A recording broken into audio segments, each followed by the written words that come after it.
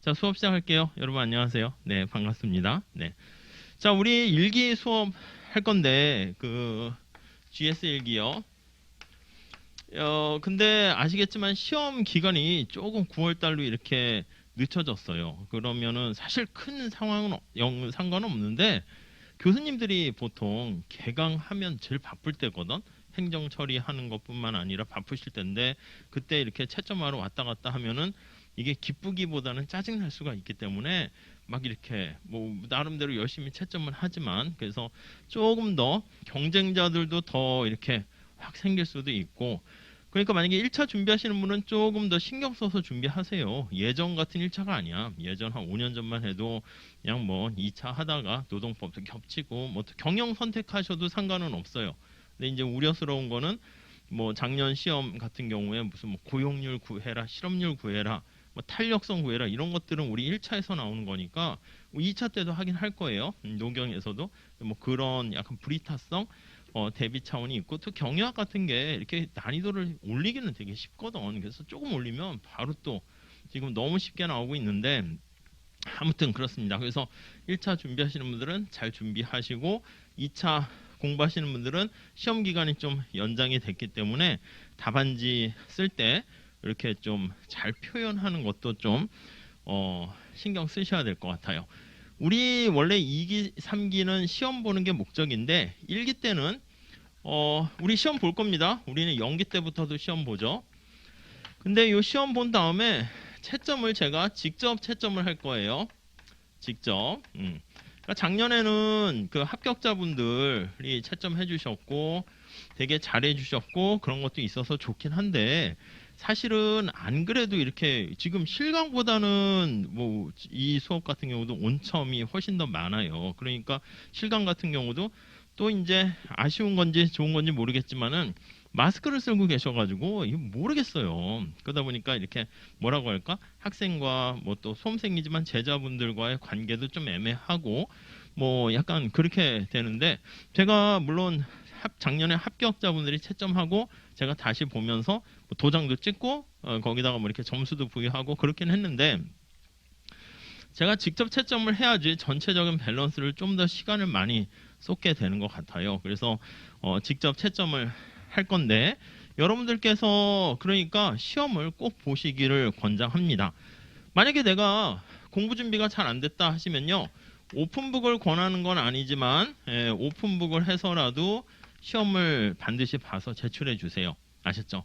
가능한 한 채점하는 사람 입장에서는 학교에서 여러분들 나중에 또 강의 뭐 하실 기회가 있으시겠지만은 백지를 내는 걸 제일 기뻐해요. 아니 뭐 이렇게 하지만은 채점할 때는 어유 고맙네 이렇게 되거든요. 그래서 뭐 그러니까 약간 그래요. 근데 오픈북을 하지마 이렇게 하면 여러분들이 준비가 안 되면 답안지 내는 개수가 자꾸 줄어드는 거 아시죠? 그나마 우리도 그렇지만 다른 과목도 그래. 1기 때가 많이 내다가 2, 3기 때가 시험이긴 한데 약간 늘 부족해. 그리고 준비가 안 되고 이렇게 되면 안 내는 경우가 많아요. 지금 뭐 스스로뿐만 아니라 선생님한테 약간 민망해서 안 내는지 모르겠지만 내시긴 해야 돼. 근데 오픈북을 한다는 얘기가 아예 책을 옆에 펼쳐놓고 베끼라는 뜻이 아니에요. 무슨 말씀인지 아시겠죠? 내가 만약에 최저임금이 어떤 미치는 효과 구해라 아니면 뭐 탄력성 계산해라 그런데 내가 만약에 공식을 까먹었다 이렇게 되면 책을 보고 공부를 잠깐 하시란 뜻이야. 그래서 한 20분 정도 해가지고 요렇게 쓰면 되겠군 하고 쓸 때는 안 보고 쓰셔야지. 물론 그것도 오픈북이긴 하지만 그렇게 해서라도 답안을 좀 제출을 해 주셨으면 좋겠고요.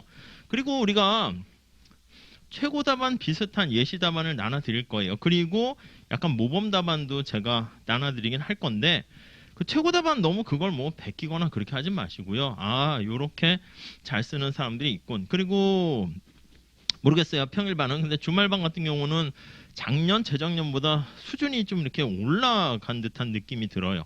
그러니까 이제 아주 처음 진입하는 분도 있지만 작년에 했던 분들이 또 이렇게 그런 분들은 어느 정도 수준이 되니까 답안의 퀄리티가 제가 처음 강의 시작했을 때보다는 이게 상향 평준화 되는 듯한 그런 게 있어요. 그래서 이게 어떻게 보면 좋긴 한데 어떻게 보면은 그래서 이제 노경에서 엄청 고득점을 뭐 처음부터 예상하고 들어가기는 좀 쉽진 않아요. 그렇다고 고득점을 못 받는다는 게 아니라 어느 정도 올라가면 그거는 이제 그날 컨디션에 따라서 실수 안 하고 뭐 또 시험 문제가 그렇게 아주 어렵게 나오진 않기 때문에 다 고득점을 받을 수 있는 기회도 있는데 아니면 이제 공부를 더 할 게 없는 거지. 더 깊이 판다 해서 뭐 점수가 더 나올 건 아니고 뭐 그렇긴 해요.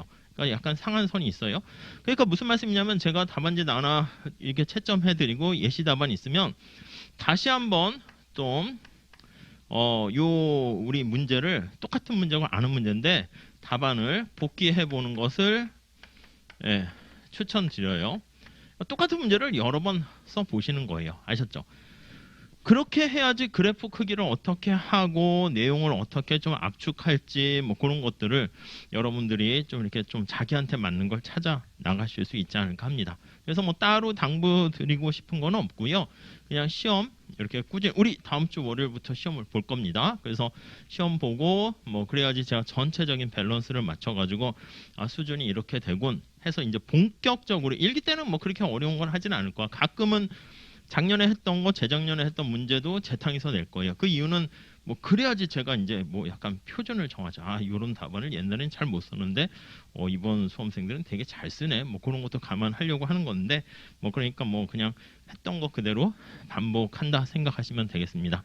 뭐 꾸준히 제출해 주시면 되겠고 교재는 우리 갖고 계신 그걸로 할게요. 연기 때도 그걸로 했죠. 그러니까 기본적인 내용은 반복을 할 겁니다. 근데 아주 기본적인 것들은 좀 이렇게 속도를 좀 올리면서 뒤에 풀어볼 문제, 복습 문제 있는데 그것도 몇 개 말씀드리도록 할 거예요. 우리 교재가 파트가 3개로 되어 있는 거 아시죠? 그래서 1기 때는 연기 때도 하긴 했는데 파트 1, 요거를 우리가 공부를 하게 될 거고요. 그러니까 파트 1만 여러 번 곱씹으셔서 해결하시면 제가 봤을 때는 충분해요. 그리고 GS 2기 이렇게 되면 이때는 파트 2를 중심으로 할 겁니다.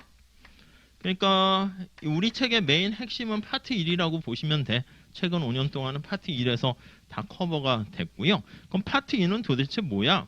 파트 2는요. 우리 파트 1이 보야스 책을 기준으로 만든 거고요. 파트 2 같은 경우는 우리나라 교수님 책들이 몇 개 있어요. 배무기 교수님이나 뭐 김유배 교수님 다 옛날 분들이야. 그래서 그거는 아예 책이 서점에도 없어요. 근데 뭐 그걸 보긴 그렇지. 그러니까 과거 10년 전 뭐 기출을 봐야 됩니까? 하면 타픽은 봐도 되는데 문제 스타일이 그렇게 안 나오니까 기출이 중요하다고 하는데 주제가 중요한 거지 뭐 그런 식의 문제는 나오진 않습니다. 그래서 뭐 우리 예전 국내 교과서 특히 조우영 교수님 책을 기본으로 해서 이제 좀 그나마 국내 책에선 그런데 그분들 다 근데 은퇴하시고 그래가지고 그냥 참고로 해서 늘만한 걸 넣어놨는데 그냥 파트 2를 중심으로 하시고 파트 2는 우리가 약간 브리타성 대비를 좀 준비하시면 되겠고요. GS 3기 때는 파트 3을 주로 할 거예요. 그러면 자꾸 파트 1이 중요하다면서요. 그럼요. 파트 1에 했던 내용을 계속 반복할 거야. 근데 거기다가 약간 난이도를 좀 더 덧붙여 올린다라고 생각을 하시면 되겠어요. 그래서 만약에 나중에도 얘기하겠지만 여러분들의 수준에 맞춰 가지고 뭐 늘 지난번에 말씀드린 것처럼 아직 저는 노경이 준비가 안 됐습니다. 그러면 파트 1만 잘 우선 하시는 것도 괜찮아요. 그냥 괜히 파트 2, 3에 막 이렇게 하다가 괜히 기본적인 걸 잘 못 쓰면 오히려 더 날아가는 경우가 있거든요. 그래서 이렇게 깊이를 좀 뎁스를 이렇게 들어가게 하면 되지 않을까 합니다. 그래서 이 파트 3는 역시 마찬가지야. 국내 교과서라든가 아니면 그 뒤에 우리 뭐 시험 위주로 할 거거든요. 그런 내용들을 좀 다루는 거니까 그냥 여러분들은 그냥 파트 1만 잘 보시고 뭐 2, 3기 때는 제가 다시 설명드릴 테니까 지금은 신경 안 쓰셔도 돼요. 그래서 왜냐면 책이 두꺼운데 이걸 맨날 들고 다녀야 됩니까? 하시는 분들은 뭐 스프링 이렇게 분철하시는 분들이 있더라고. 그러면 파트 1만 분철해서 가져오셔도 괜찮아요. 아셨죠? 자, 우리 그냥 바로 들어가 보도록 할게요. 이런저런 얘기할 게 뭐 있지만 그래도 여러분들은 그래도 연기 때 좀 중요한 걸 많이 말씀드린 것 같아서 앞에 머릿말 내용은 한번 잘 보시면 좋을 것 같고요. 그 다음에 넘어가 보시면 목차가 나와 있는데 목차가 여기서 똑같습니다. 가능한 한 이렇게 기본적으로 맞춰서 정리를 해놨고, 그리고 노경책은 뭐 개정 안 됩니까 하는데 그 보야스 책 자체가 개정이 되긴 했는데 거기다 추가로 된 게 아니라 오히려 좀 애매하긴 한데 경제학이 요즘 인기가 그렇게 많지는 않은 것 같아요. 그래가지고 뭐가 인기 많을까요?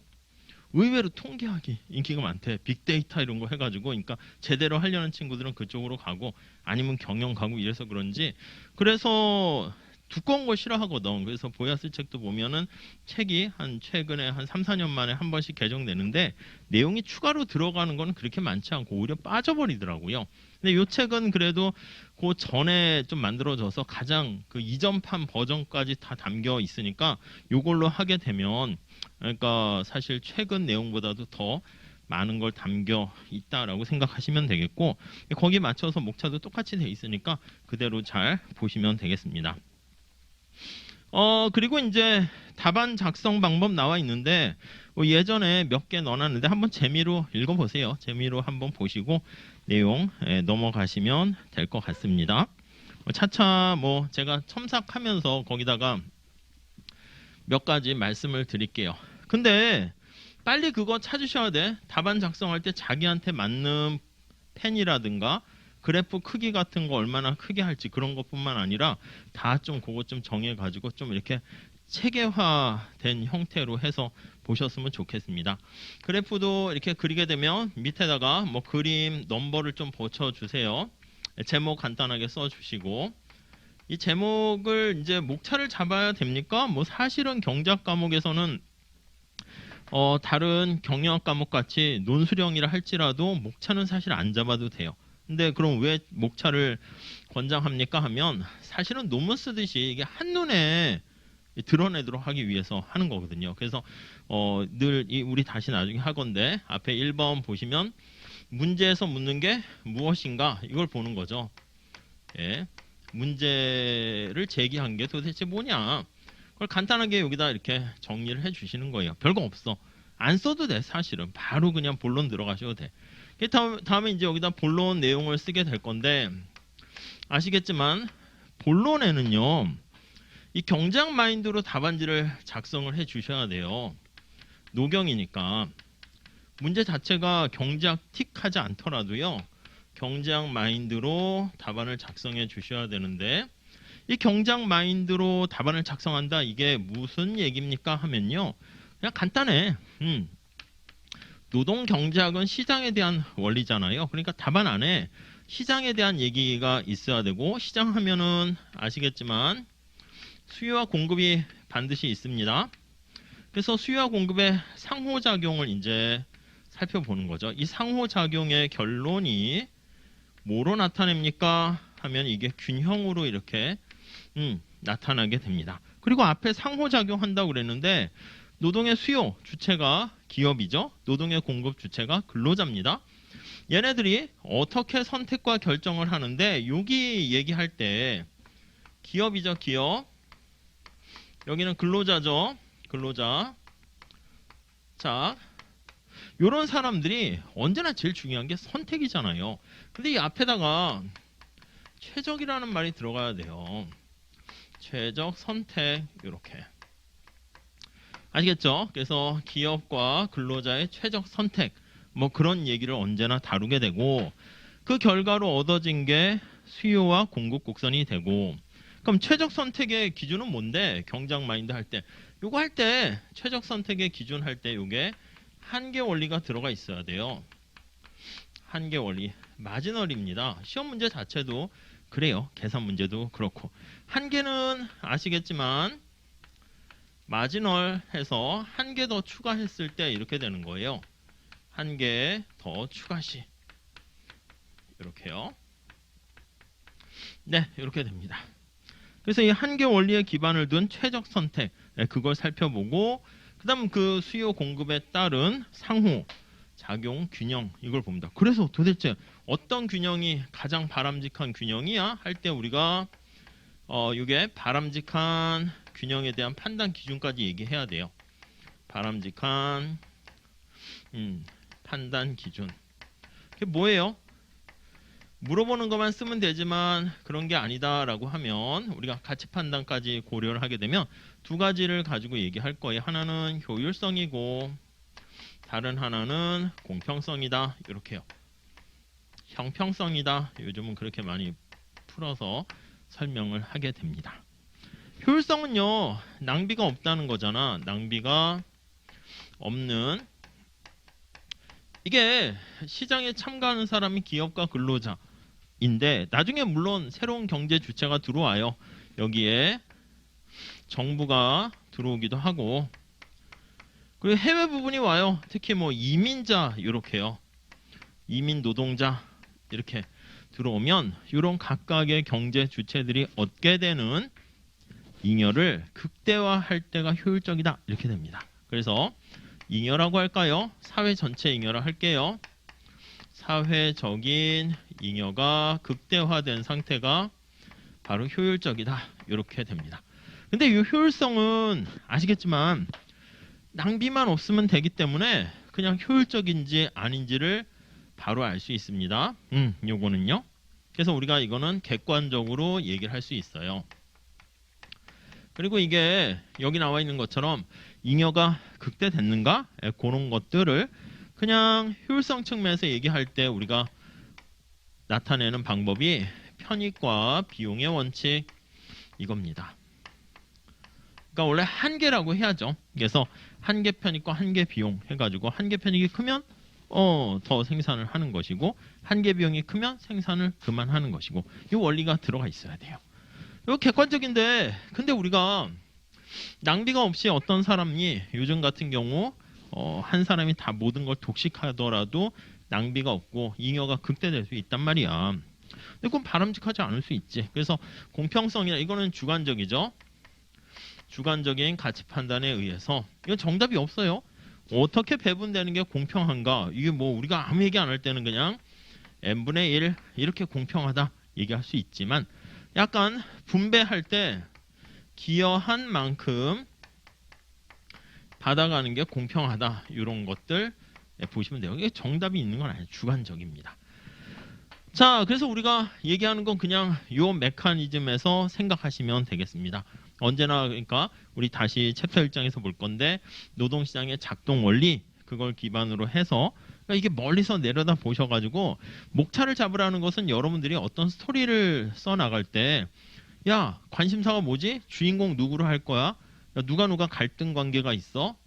거기 제3자로 들어오는 조절하는 뭐 이렇게 끼어드는 애가 누가 있지? 그거를 먼저 잡아야 돼. 그러니까 그걸 잡을 때 한눈에 쫙 스토리가 돼서 이렇게 쫙 쓸 수 있으면 그건 대단한 거지. 근데 보통 그렇게 하면 중간에 놓칠 수 있으니까 뼈대를 잡아야 되는 거예요. 그래서 뼈대를 잡을 때 목차를 잡아달라 이렇게 얘기하는 거죠. 그러니까 어떤 내용을 쓸 때 이 여기 문제 제기도 뭐라고 쓰는 거냐면 왜 쓰는 거냐면 혹시나 내가 출제자가 얘기한 문제를 잘못 이해했나 아니면 그걸 정리하는 거야. 그러니까 출제자한테 그걸 제시하는 거지.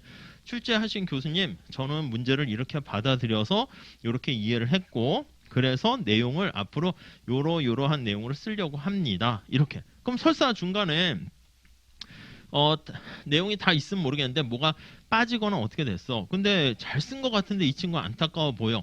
그럼 교수님이 딱 보기에 이 친구는 첫 단추에서 문제를 잘못 읽었구만. 그래서 뒤에 계산이 틀렸는데 그래도 전체적인 분위기를 보면 내용은 어느 정도 알고 있는데 안타깝네. 그럼 조금이라도 1점이라도 더 줄 수 있다고. 여러분들 1점 그게 아니라 우리 시험은 1점 가지고 떨어지는 그런 시험입니다. 그렇기 때문에 여러분들이 생각할 때는 어떻게 해서든지 자꾸 답안이나 뭐 하나라도 더 써달라. 이거는 1점이라도 아니면 0.1점이라도 더 이렇게 획득하기 위한 그냥 노력이야. 어쩔 수 없어요.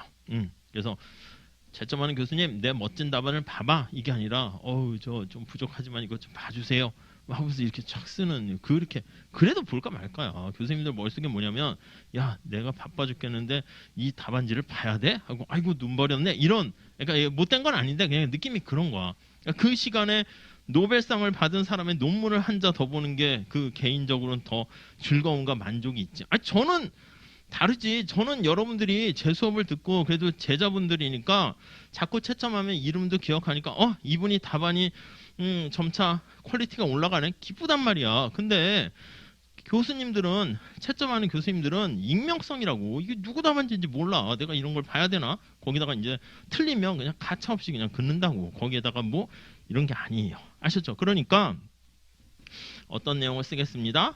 본문에도 이러한 내용, 최적 원리, 뭐 여기 한계, 그 다음에 시장의 균형, 그 다음 정부가 이제 문제에서는 여기서 더 들어가죠. 정부가 개입을 합니다.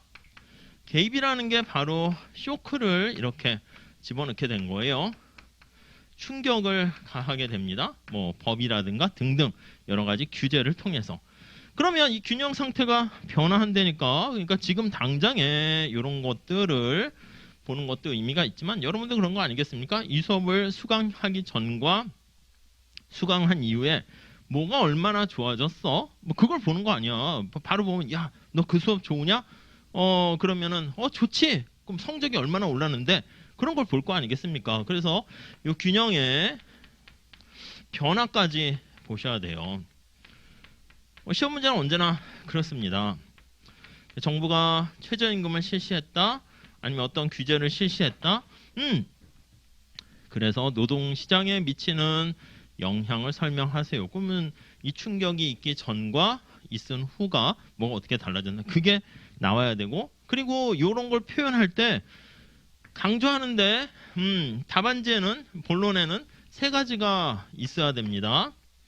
첫 번째는 말로 설명하는 게 중요해요. 말로 서술적으로 표현한다.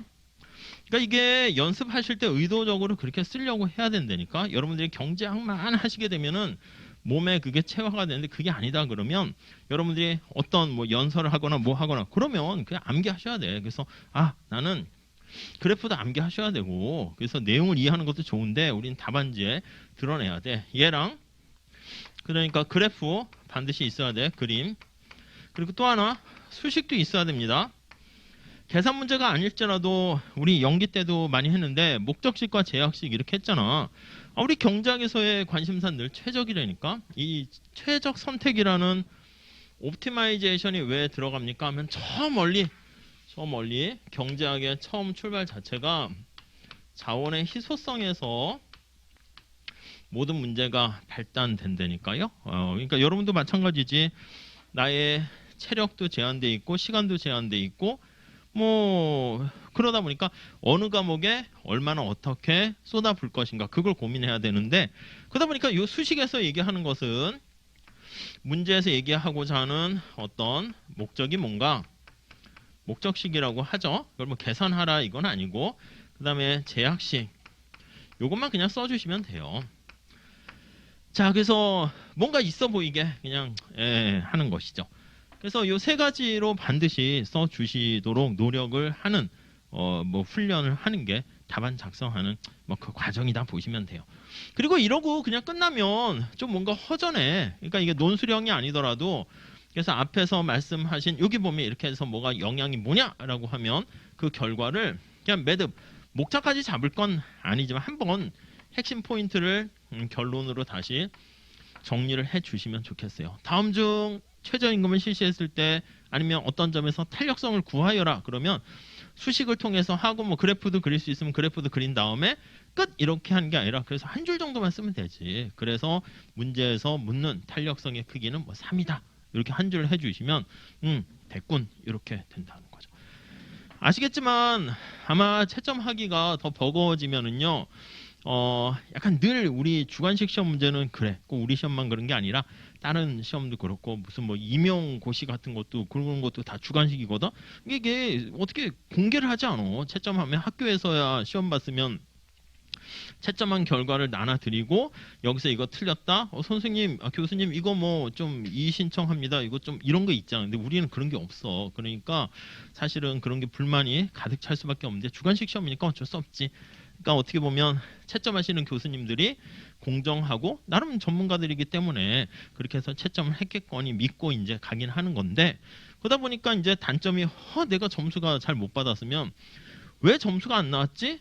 그게 사실은 딱 명확하지. 이게 밝혀지지가 않다 보니까 내가 뭐가 잘못된지 알아야지 이렇게 그 다음에 그걸 수정해서 성장해 나가잖아요. 그러니까 사실은 어떻게 보면은 그걸 여러분들이 뭐 시험을 여러 번 볼 것도 아니니까 뭐 저한테 의존할 수밖에 없지. 그러니까 제가 뭐 이렇게 답안지를 쭉 봐온 가운데 이렇게 쓴 분들은 대략 뭐 60점은 넘었고 좀 이렇게 되면 좀 했을 때는 60점 언저리가 되고 이렇게 썼으면 뭐 그런 경험을 사실 또 사는 것도 있는 거죠. 뭐 사실 아시겠죠? 무슨 말씀인지. 그러니까 이거 뭐 두세 번 보는 게 아니라 다음 시간부터 바로 보는 거니까 가능한 한 이거 답안지 써내시고 이번엔 직접 채점하려고 하니까 많이 그렇게 하시는 게 더 좋습니다. 아직 그런 분들은 있지 않았습니다. 다시 써가지고 교수님 저 다시 써서 내니까 다시 봐주세요. 뭐 이런 분까지 있지는 않은데 뭐 그렇게 해도 상관없어요. 근데 뭐 일기 때까지는 뭐 그렇게 할 것도 아니고 자기가 봐도 알아. 자기가 봐도 또 다시 쓰면 처음에 쓴 거랑 비교해 봤을 때 답안지 퀄리티가 올라갔네 이렇게 알 수 있을 겁니다. 자, 우리 들어갈게요. 자, 챕터 1장 들어갈게요. 이게 왜 또 바로 들어가냐면 주말반도 그렇고 자꾸 하다 보니까 그냥 우리 과목만 그런 게 아니라 다른 과목들도 공부할 내용은 되게 더 많아지는 것 같아요. 그래서 자꾸 보강을 막 하게 돼. 그러다 보니까 보강 안 하려고 바로바로 들어갑니다. 노동경제학.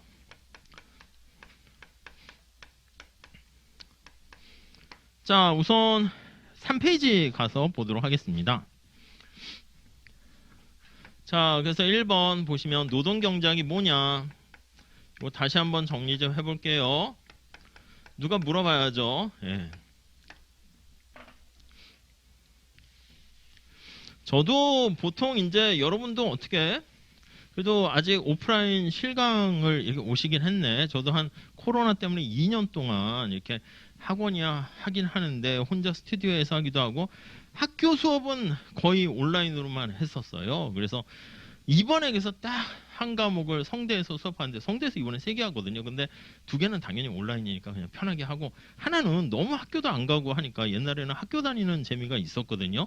여기저기 학교 가면 이게 또 재미있었는데 그래도 너무 안 간 것 같아가지고 간만에 이렇게 가봤어요. 가는데 이제 학교마다 다르긴 한데 대략 한 70명 미만이면 오프라인을 권장하고 70명 이상이면 온라인을 권장하는데 주로 이제 경제 언론 하는 건 이제 100명 넘으니까 그래서 온라인으로 하는데 한 과목은 그냥 일부러 그냥 학교 가려고 한 40명짜리 하긴 했는데 갔는데 보니까 첫 번째는 다른 과도 그런데 폐강이 많이 되고 있어요. 근데 이 폐강은 왜 되나 봤더니 첫 번째 온라인이 아니라 오프라인 수업이면 폐강 그리고 이제 막 영어 수업이면 또 많이들 폐강되고 있는 것 같더라고요. 그래가지고 학생들도 이제 거기 익숙해져가지고 그래서 간만에 오프라인 오늘 처음 갔거든요. 1, 2주차는 온라인으로 올리고 3주차에서 오늘 처음 갔는데 오랜만에 가니까 뭔 얘기를 해야 되나 하고 막 역시 학교 내에는 학생들도 별로 없고 교수님들도 없고 뭐 그렇긴 해요.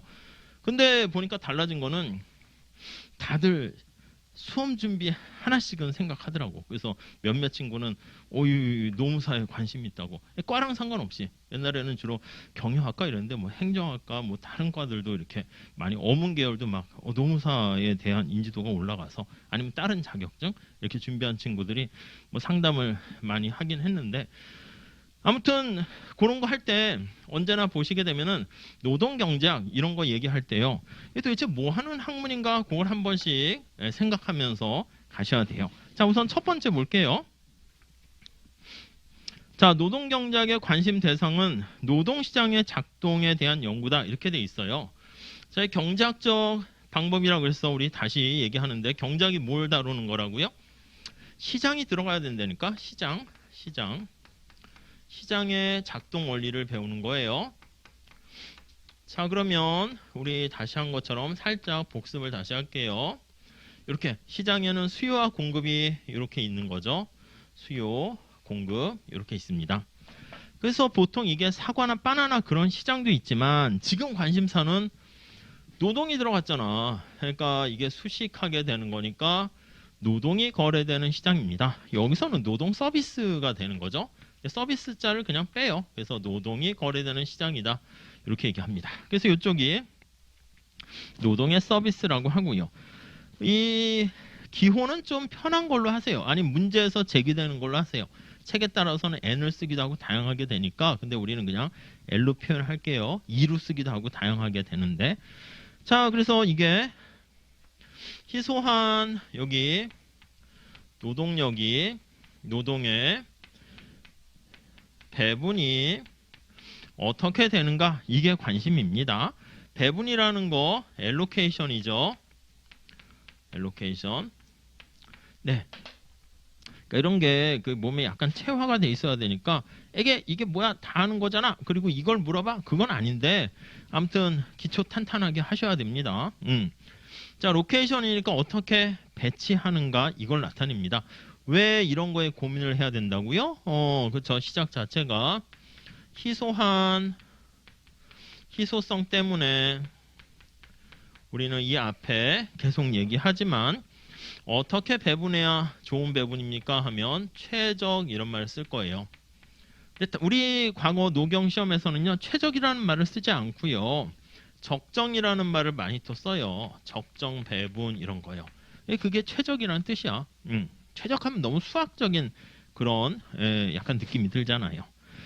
자, 그래서 이 배분 역할을 해주는데 수요 공급의 역할에 따라서 결정되는데 아담 스미스가 시장에서 제일 중요한 게 또 뭐라 했습니까? 하면 수요와 공급자가 뭘 보고 결정하냐면 가격을 가지고 의사결정을 선택합니다. 이게 바로 임금 이렇게 되는 거죠.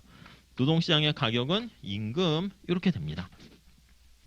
자, 그래서 노동시장에서 임금이 어떻게 결정됐을 때 희소한 자원인 노동이 어떻게 적절하게 배분되는 게 가장 바람직하냐 그거를 얘기할 겁니다. 아시겠죠? 노동시장의 작동 원리입니다. 자, 우리 주인공 2명 있는 거 밑에 그림 보면서 당연히 생각하셔야 돼요. 노동의 공급자가 근로자 이렇게 얘기할 거야. 근로자 할 때 우리 노동 공급 굉장히 중요하죠. 우리 시험 문제에서 거의 한 50% 이상이 노동의 공급 도출하고 노동의 수요 도출하는 겁니다. 기업 이렇게 있습니다. 자, 근로자는 목적이 뭐야? 근로자의 효용 극대화다 이렇게 얘기합니다. 효용 극대화. 기업은 이윤을 극대화하는 겁니다. 이렇게. 자, 둘이 어떻게 같은 협조 관계도 있지만 서로 갈등 관계에 있게 돼요. 왜 갈등 관계에 있을까요? 아니, 근로자가 효용을 극대화하려면 가능한 한 임금을 높은 임금으로 이렇게 하려고 하고 기업은 이윤 극대화하려면 임금이 다 비용이니까 낮은 임금을 제공하려고 합니다. 임금은 낮게 근로자는 임금을 가능한 한 높게 그러니까 막 서로 갈등, 컨플릭트 관계가 되고요. 그래서 요 높게 받으려는 낮게 주려는 게 딱 맞아 떨어진 상태가 그게 바로 우리는 균형 상태다 이렇게 얘기합니다.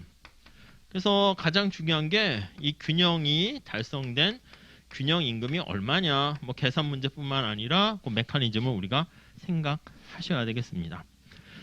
자, 그래서 밑에서도 보고 옆에서도 볼 수 있는데 이 균형 가격인 임금이 어떻게 결정되냐 그게 이제 우리가 보려고 하는 하나의 꼭지고요.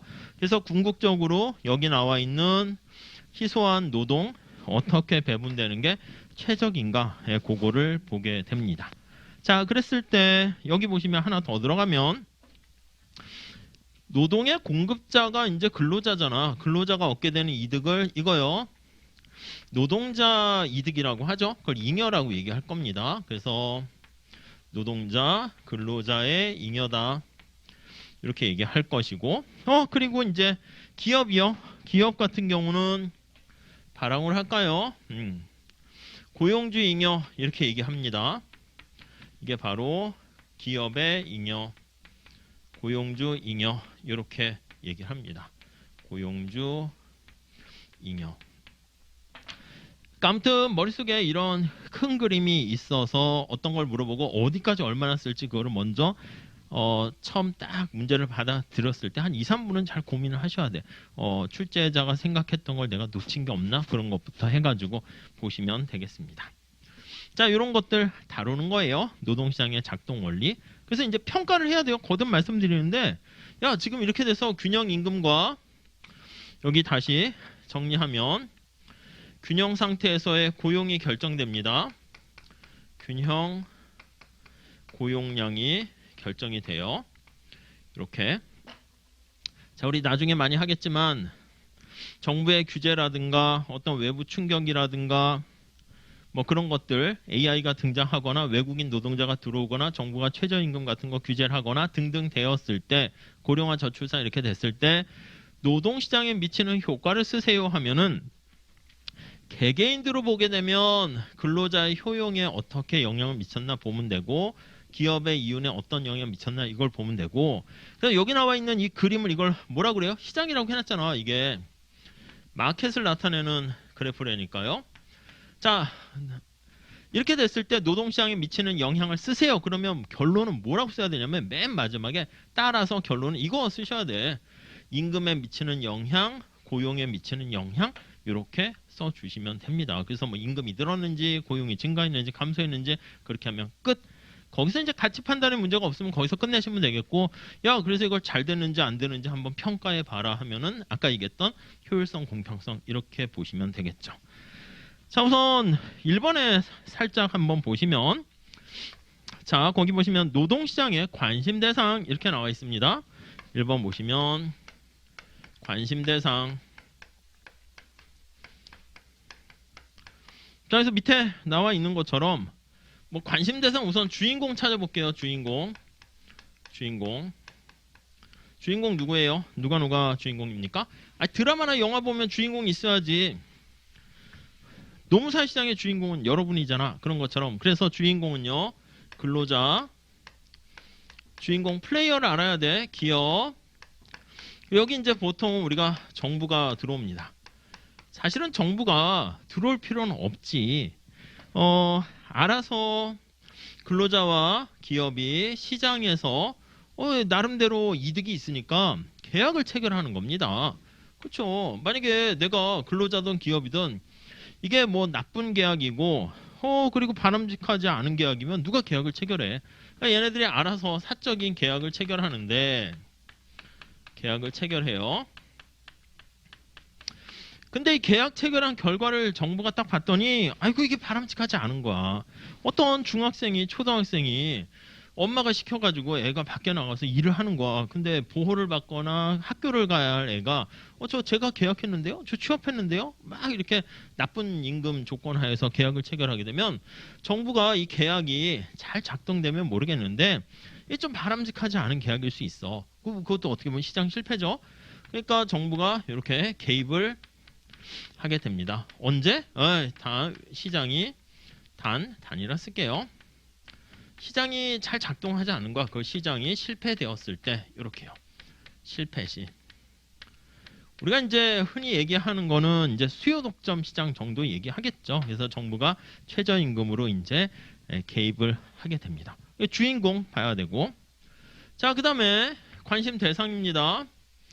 얘네들이 거래되는 게 뭐라고요? 너 몇 시간 일할래? L과 그리고 여기다 쓸게요. 관심되는 변수다. 이렇게 얘기하면, 저기도 얘기했는데 W와 L이 관심이 되는 거예요. 아시겠죠? 자, 주인공하고 관심 변수 뭐 그런 것들 잘 보시면 되겠고요.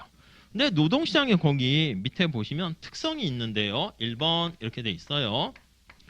노동시장의 특성. 자, 파생수요라는 말 잘 체크를 해 주시죠. 파생수요. 파생수요. 자, 뭐에 파생된다는 겁니까? 하면요. 우리가 늘 얘기하듯이 노동시장은요. 어떤 물건을 만드는 기업 입장에서 봤을 때 인풋에 해당합니다. 자본과 관련해서 생산 요소라고 하죠. 이 기업이야. 그래서 기업이 이제 경영 조직 이런 데서 뭔가 그 안에 조직까지 더 관심을 갖고 보게 되는데, 그것도 다 사실 백그라운드는 경제학 베이스로 되긴 하는 거죠. 근데 학부에서는 그런 조직이나 이런 것들은 대학원의 뭐 계약 이론, 기업의 조직 뭐 이런 것들은 거기로 넘기고, 뭐 코즈라든가, 학부에서는 그냥 기업은 이 수학이 너무 들어와서 그렇게 된 건데, 인풋과 아웃풋과의 관계를 연결하는 이 Q 이렇게 됩니다. 그냥 그러한 관계, 생산함수, 이걸 그냥 우리는 기업이라고 얘기할 거예요. 자, 기업은 뭐라고요? 생산 함수 이렇게 됩니다. 인풋과 아웃풋을 이렇게 변환시키는 거예요. 트랜스포메이션 한다. 이런 표현을 쓰게 되는 거죠.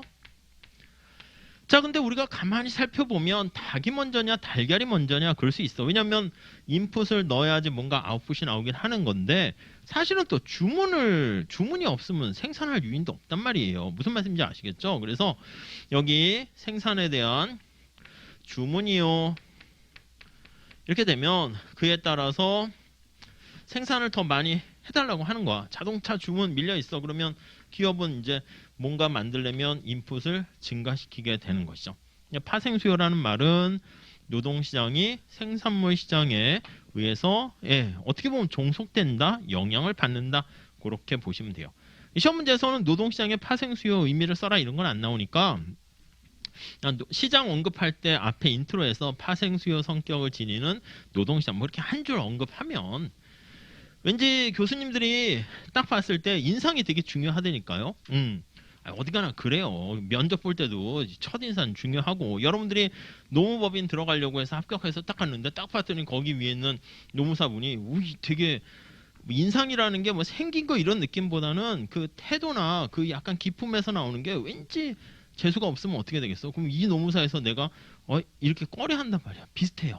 그러니까 답안지도 글씨를 아주 잘 쓰고 이런 걸 떠나가지고 답안지에서 풍기는 그 인상이 있다니까요. 그러니까 자기가 그런 것들을요 사실은 열심히 자꾸 쓰면서 좀 좋은 이렇게 답을 잘 쓰는 거 있잖아. 우리 뭐 다른 수업뿐만 아니라 그래서 최고 예시답안 보면서 그걸 이제 뭐 따라 하는 거죠. 애시당초 원래 잘 쓰는 분도 있는데 뭐 그런 건 뭐 그런가 보다 뭐 부럽네 하시면서 나도 저렇게 해야지 하고 자꾸 노력하셔야 된다. 그러니까 이런 용어들도 뭔가 의도적으로 써야지 생각하지 않게 되면 답안지 안 쓰게 돼요. 근데 쓴 사람과 안 쓴 사람 글쎄 그게 얼마나 기여했는가는 잘 모르겠는데 느낌이 왠지 그냥 동점이고 비슷하면은 조금 더 점수를 주게 됩니다.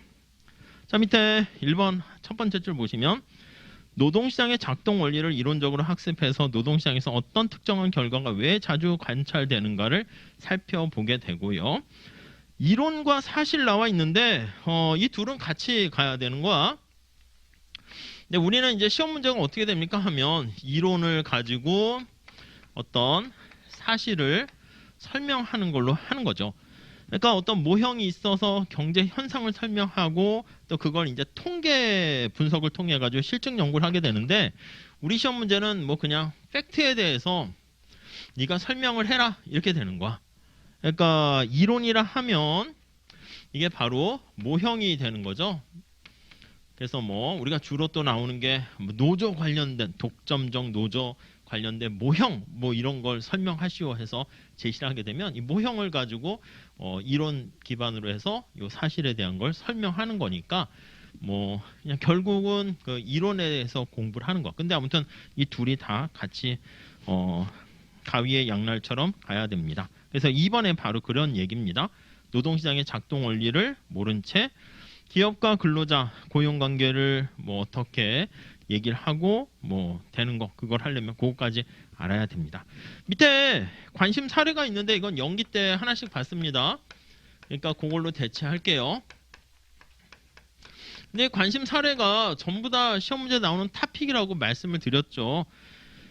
거기 여성의 노동시장 참가율이 뒤에 다시 할 겁니다. 꾸준히 증가하는 이유와 영향. 그래서 뭐 여성의 경활 참가율 이런 건데 이것도 그냥 이유로 해가지고 설명할 만한데 그걸 나오진 않고요. 그러니까 뭐 지난 시험 같은 경우에는 여기 나와 있는 경제활동 참가율을 구하세요, 고용률 구하세요, 실업률 구하세요 이렇게 나왔는데 약간 그건 1차용이긴 하죠. 우리 1차 시험에 매번 나오는 거고 우리도 뭐 연기 때나 이렇게 1기 때도 뭐 가끔 물어보기도 해요. 근데 뭐 요거 이유 정도 보시면 될 것 같고 자 그다음에 두 번째도 해외 이민자 유입 그게 중요한 게 아니라 그런 외부 충격이 발생했을 때 거듭 말씀드리는데 임금이죠. 임금과 고용에 어떤 영향을 미쳤냐 이게 바로 노동시장에 미치는 영향이라는 겁니다. 자, 그 다음 밑에 세 번째 점땡 보시면 최저임금이야. 지금 계속 얘기하는 게 어떤 외부적인 쇼크가 온 거야.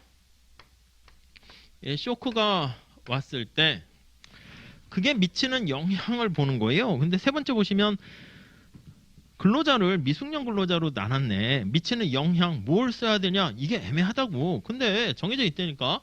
여기 보시면 관심 대상이 미숙련 근로자에 미치는 영향 하면은 뭘 쓰면 될까요? 그냥 딱 정해져 있어. 저 앞에 노동시장에 수요 공급하는 거지. 미숙련 근로자 대상으로 해서 야, 얘가 받는 어떻게 임금은 어때? 이렇게 물어보는 거지.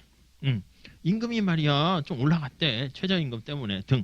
야, 근데 일자리는 어떻게 됐어? 아니, 임금이 올라갔는데 일자리가 팍 줄어들게 되면 미숙련 근로자 전체에서는 좋은 게 아니지. 물론 취업한 사람은 좋겠지만. 그래서 야, 고용은 일자리는 어떻게 근로시간은 어때? 이렇게 보게 됩니다. 이걸 보는 거야. 임금에 미치는 영향이 바로 이걸 쓰는 거야. 고용에 미치는 영향 이렇게 되고. 야, 그래서 이거 얘기한 다음에 그래서 이게 어떻게 잘 됐어? 그게 바로 미숙련 근로자. 그래서 임금이 높아지고 고용이 많아지면 W 곱하기 L 이렇게 표현한다 그러면 임금 곱하기 노동 시간이잖아. 이게 근로소득이죠. 아니, 우리가 워라밸 좋아요. 일주일에 3일만 일하고 얼마나 좋아. 근데 소득이 그냥 일주일에 5일 일할 때랑 소득 월급이 똑같으면 그건 진짜 좋은 거지. 근데 만약에 일주일에 3번만 일하세요. 이틀 쉬세요. 근데 대신 근로소득도 줄어든다. 그럼 선택하라고 그러면 저 같으면은 그냥 일 더 하고. 왜냐면 아니 내가 여가 시간은 많은데 돈이 없으면 그 뭐해. 집에서 뭐 컴퓨터나 뭡니까 인터넷만 하잖아. 그러니까 차라리 그냥 더 일하는 게 나을 수도 있단 말이야. 그러니까 요걸 다 같이 고려해야죠. 그래서 근로소득은 W 곱하기 L 이렇게 되는데 이게 궁극적으로 뭐에 영향을 미치게 되는 거예요? 효용이 증가하는가? 이거요. 증가 여부. 이렇게 얘기합니다. 앞으로 계속 얘기할 거예요. 노조가 들어와가지고 어떻게 노동자에게 미치는 영향. 아니, 그 노동자들이 행복해졌나? 그걸 보는 거지. 뭐. 효용이 증가했나? 기업은 이제 이윤이라고 보시면 되겠고요. 자, 그러니까 미숙련 근로자에게 미치는 영향 거기 보시면 최저임금법이 하면은 뭐 그래프를 그려가지고 임금이 어떻게 됐니? 노동시간이 어떻게 됐니? 그래서 근로소득은 어떻게 늘었어? 줄었어? 근데 이제 사실은 우리가 알다시피 돈만 많이 있다고 또 여가가 너무 줄어들잖아. 그러니까 여가까지 고려한 효용 극대화 측면에서 봤을 때 어떻게 효용이 증가했어? 그렇게 얘기하면 더 뭐 할 얘기는 없어요. 아셨죠? 밑에도 마찬가지야. 작업의 안전과 건강에 대한 규제가 앞에 스토리는 집어넣는데 최저임금이라는 정부의 규제가 있어요. 안전이라는 정부의 규제가 있어요. 충격으로 다가온 거지. 그래서 이게 거기 보시면 노동시장의 고용과 노동자의 소득 똑같은 얘기잖아. 노동시장에 미치는 영향 하면은 소득이라는 게 이거죠. 임금과 고용과 미치는 영향. 그 다음 더 나가서 그게 효용에 미치는 영향. 이렇게 보시면 돼요. 물론 안전과 규제가 이제 또 기업 측면에서 보면 이제 기업이다라고 하면 앞으로 계속 얘기할 건데 기업에 미치는 영향 이렇게 하면 뭐가 되는 거예요? 이윤에 미치는 영향 그걸 따지는 거지. 그래서 기업의 총수입이 어떻게 되는가? 야, 기업의 총비용에 어떤 영향을 미치는가? 이걸 보게 되고 자, 이 결과 기업의 이윤이 증가하는가의 여부 이렇게 스토리를 가지고 갈 겁니다. 아셨죠? 그래서 이게 소위 말하면 가끔 비벼 쓴다는 표현을 쓰기도 하던데 그게 뭐냐면 문제를 뭘 물어보는지 모르겠는 거야. 그러면 그냥 언제나 이런 변수들에 대해서 언급을 하시고 그러면 그냥 다 거의 다 정답이다 라고 보시면 되겠습니다. 밑에도 마찬가지야. 인적 자본에 대한 투자 똑같죠. 교육이라고 보시면 돼. 이게 원래 나와야 되는데 그동안 한 번도 안 나왔습니다. 왜 안 나오는지 잘 모르겠어요.